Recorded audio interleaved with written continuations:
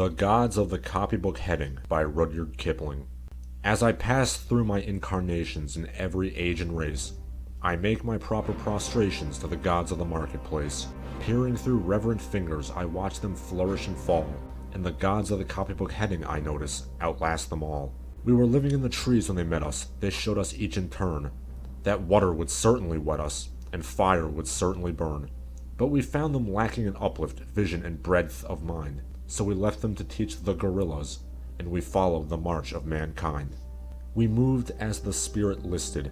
They never altered their pace, being neither cloud nor wind-born, like the gods of the marketplace. But they always caught up with our progress, and pleasantly word would come that a tribe had been wiped off its ice field, but the lights had gone out in Rome. With the hope that our world is built on, they were utterly out of touch. They denied that the moon was Stilton. They denied that she was even Dutch. They denied that wishes were horses. They denied that a pig had wings.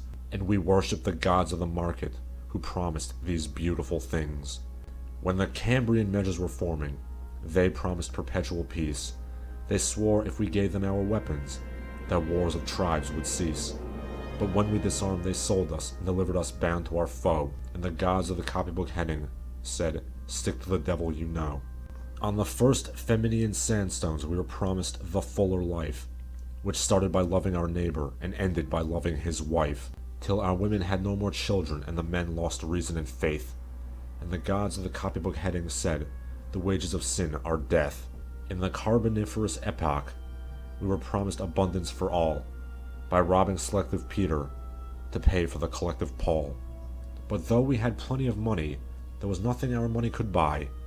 And the gods of the copybook heading said, "If you don't work, you'll die." Then the gods of the market tumbled, and the smooth-tongued wizards withdrew, and the hearts of the meanest were humbled, and they began to believe it was true, that all is not gold that glitters, and 2 + 2 makes 4, and the gods of the copybook heading lived up to explain it once more. As it will be in the future, it was at the birth of man. There are only 4 things certain since social progress began: that the dog returns to his vomit, and the sow returns to her mire, and the burnt fool's bandaged finger goes thrusting back to the fire. And that after this is accomplished, and the brave new world begins, when men are all paid for existing, and no man must pay for his sins, as surely as water will wet us, and as surely as fire will burn, the gods of the copybook heading, with terror and slaughter, will return.